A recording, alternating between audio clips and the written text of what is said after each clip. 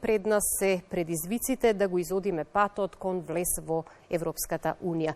На оваа тема разговарам со гостинот во студиото. Ќе му посакам добро утро и добре дојде во Македонија наутро на господинот Андреј Лепавцов, член на председателството на Меѓународната паневропска унија, председател на Паневропа Македонија и поранешен амбасадор во Европската Унија. Добро утро и добре дојдовте. Добро утро и поздрав до гледачите на Македонската радиотелевизија.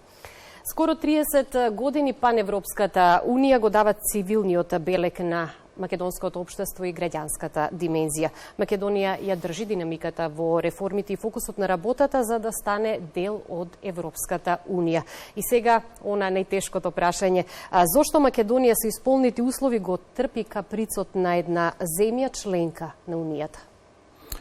Па, најпрвин спомнавте од која организација денеска ја представувам. Тоа е точно, таа е најстара организација во самата Европа. Значи, почетокот на организација датира од 1923 година. Со објавувањето на книгата Паневропа од грофот Ричард Куденхове, кој прв европеец е објаснува таа идеја за обединета Европа, која е до ден денес многу актуелна, високо е на, да речем, во оние дискусии не само кај нас во Македонија, туку и во Европската унија. Сега ние, како Паневропска унија Македонија, веќе скоро 29 години постоиме, како една од првите невладини организации која ја промовира таа европска идеја и целта ни е секако да Македонија биде членка полноправна членка во Европската унија. Сега вие поставивте едно прашање на кое е секако тешко да се одговори во кратки црти, но би сакал да подсетам дека ние од 2009 година практично сме, според извештаите на Европската комисија, спремни да почнеме со преговори. Значи, тоа е веќе доста време, скоро 14-15 години, на кои самата институција, или да речем неформалната влада на Европската унија, дала пас да Македонија почне да преговара. Но тогаш почнуваат, да речем, видливите проблеми на Македонија во тој евроинтеграцијски пат. И не е само тоа дело на една земја членка, него на, да речем, директно на две наши соседни земји кои отворено застанале против нашата евроинтеграција, но тука се и неколку држави кои традиционално, да речем, барем не толку отворено, се против проширувањето на Европската унија, но нивната, да речем, нивното противење осцилира. Не е тоа толку отворено, не е толку видливо понекогаш, но ние, на нашиот грб, сме го осетиле, значи и грчкото и бугарското противење на нашиот евроинтегративен пат.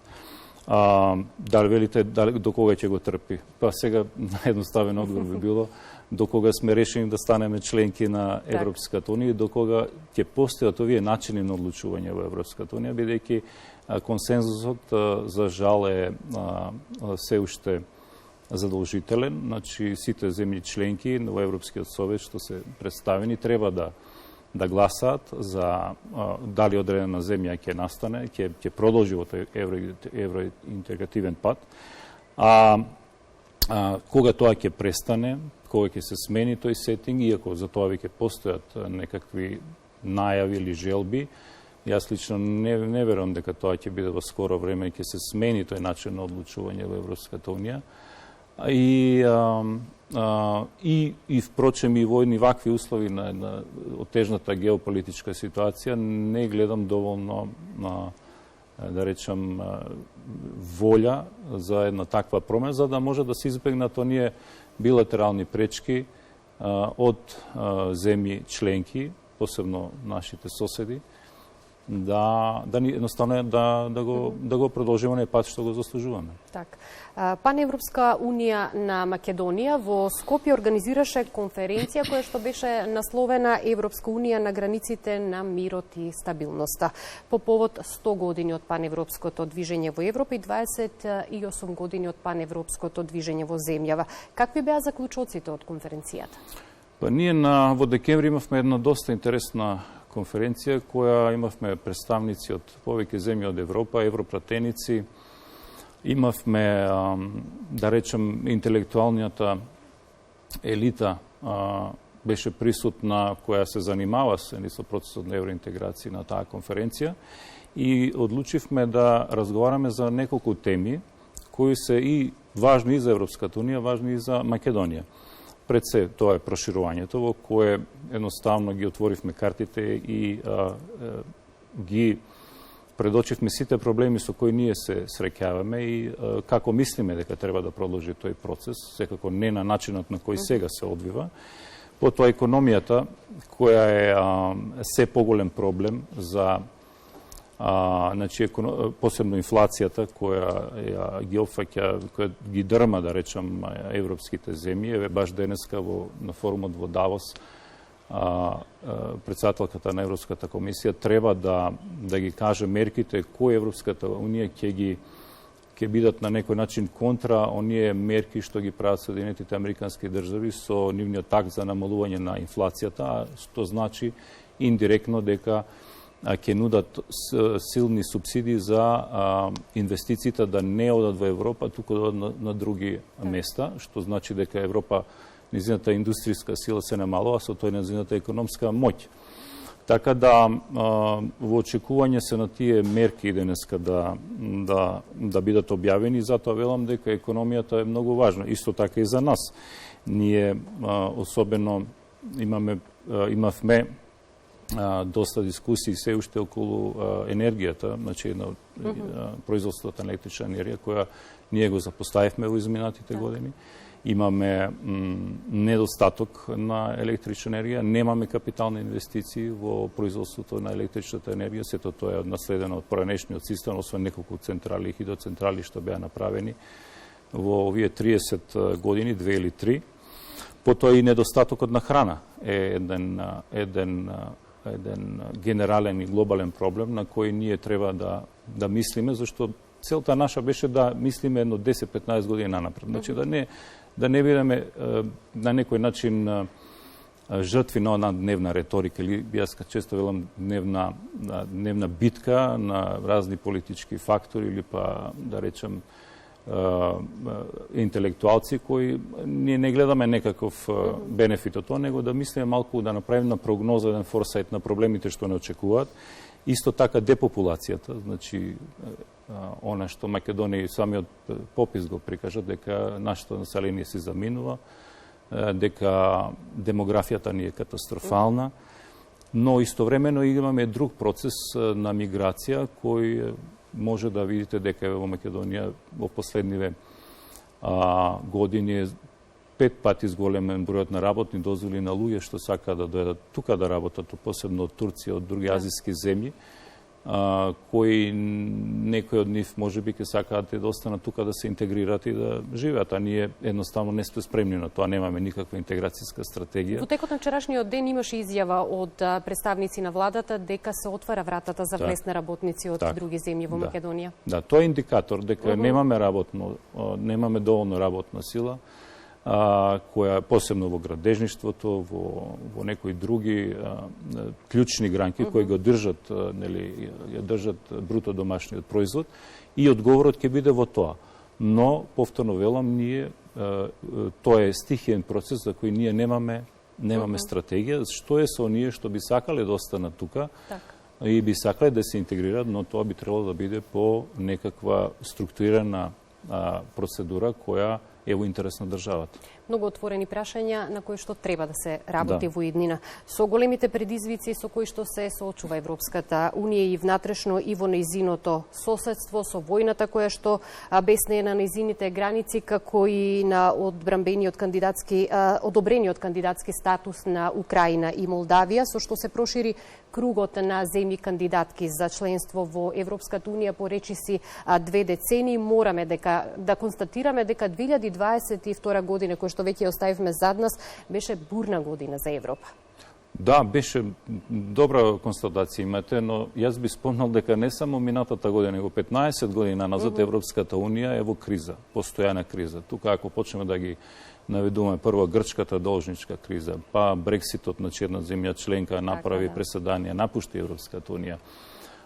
Потоа руската агресија врз Украина од 2014 навака, мигрантскиот криза, која едноставно ја соголи Европската унија и ги прикажа проблемите со кои Европската унија живееше, а тоа е небезбедноста на шенгенските граници, со тоа што над 1,5 милиони мигранти влегоа на незината територија, пола од нив нерегистрирани.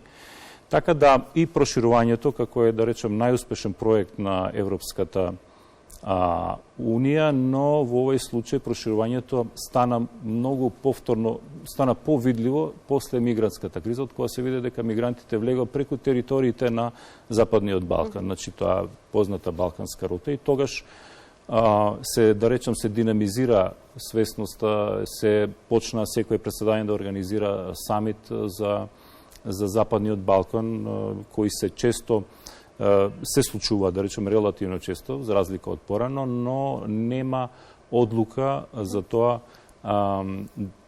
например, да се одреди некој точен временски некој план кога би се случило проширувањето, барем, да речем, со 4 земји од тој Западен Балкан, а тоа тие што се, да речем, на иста спремност, тоа е, тука би ја спомнал секако Македонија, Србија, Албанија и Црна Гора, кои веројатно би биле во еден одреден пакет следен некогаш би станале земја членка на Европската Унија. Сега ги спомнавте Украина, точно војната бесне на, да речем, па веќе на границите на Европа, зашто Украина доби кандидатски статус заедно со Молдавија. Причина за тоа нели беше еден таков потек да го направи Европската комисија, што да даде една поддршка на Украина. Но ако го гледаме проширањето како се одвива, тоа не е баш некој поттик за Украина, бидејќи процесот е многу спор. Барем еве ние земјите од Западен Балкан, што сме како една сива зона обкружена со земји членки на ЕУ, се уште немаме јасна, да речам, димензија или па патека по која знаеме дека во тој одреден временски период ќе можеме да станеме членки на Европската Унија. Така да не ги обесхрабриме тие две нови, да речем, кандидатки со нашиот пример. Тоа би било многу важно да се мисли и на таа работа, но пак ако го видите, баш вчера ги отворав веб страните и на Европската комисија, и на повторно, викам да не е нешто променето, и на Европската, така наречено Министерство за надворешни работи, ЕАС, гледам дека нема промена, дека Украина се уште, да речем, доминира во источното партнерство. Значи, тој преот уште не е јасен како ќе се случи, иако статусот е доделен, и останува еден долг пат за тие две земји членки, и уште еднаш ќе кажам, се надевам дека ние нема да бидеме фактор кој ќе ги обесхрабри нашата, да речем, долга интеграција, не само на Македонија, туку и на сите други земји. Дека патот кон Европската Унија е долгорочен и тежок потврдува и фактот што во текот на вчерашниот или завчерашниот ден Црна Гора доби предупредување од Европската Унија дека треба да биде предпазлива во исполнувањето на европските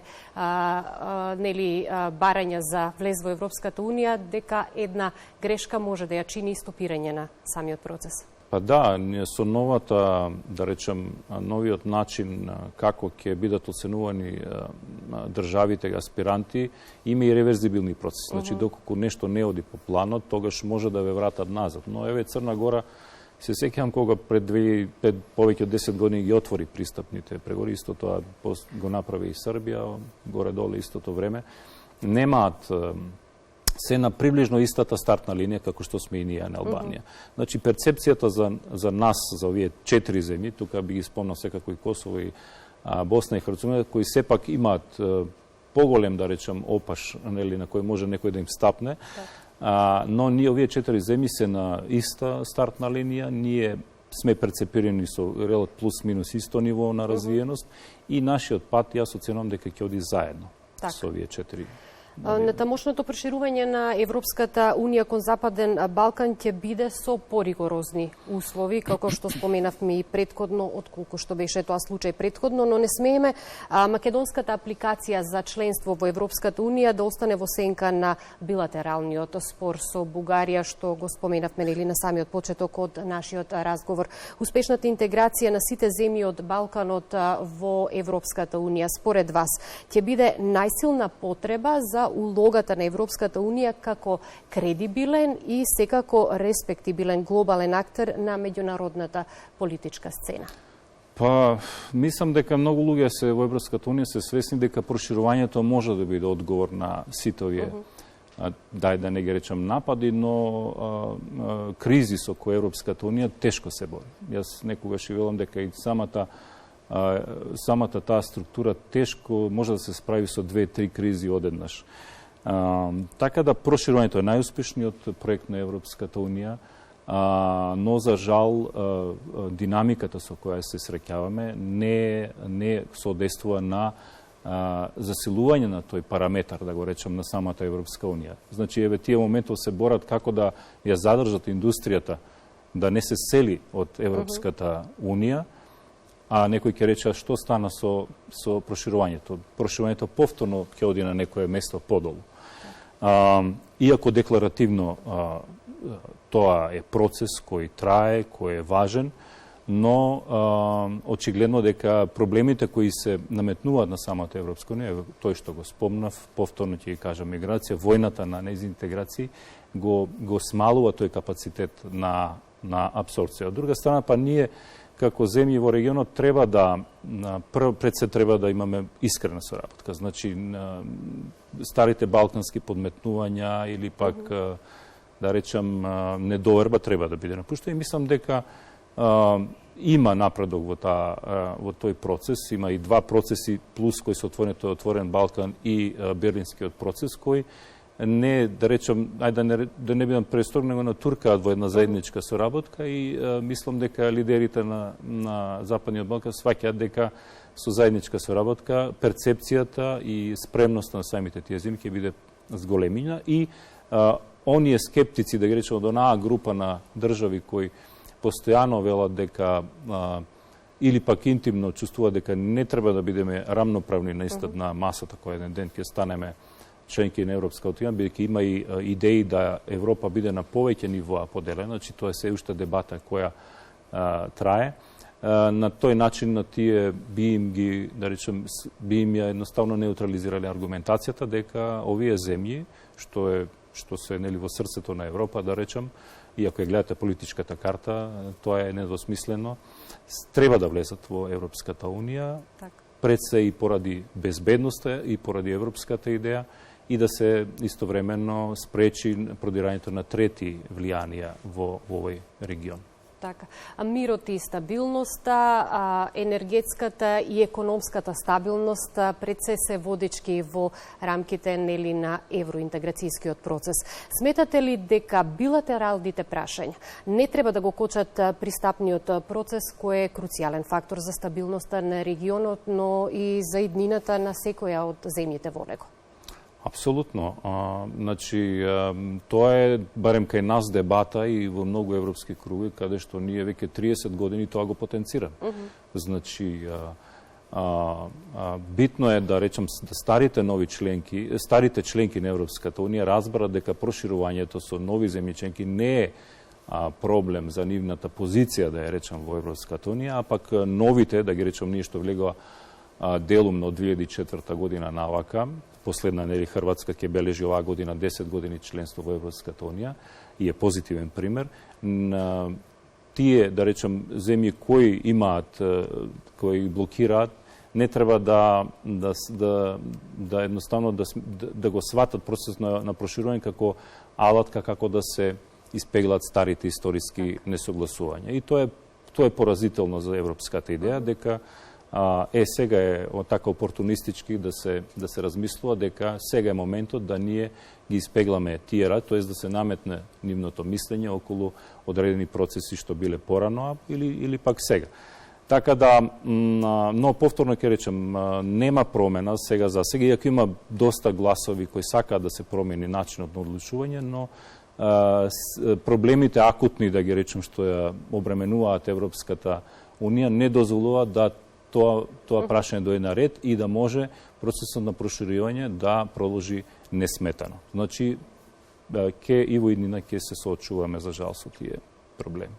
Можеме да констатираме дека пред нас е тежок и макотрпен пат за влез кон Европската Унија, но не треба да се откажуваме. Тоа е најважно. Да, апсолутно. Благодарам многу за гостувањето, ми беше задоволство. Исто е мене.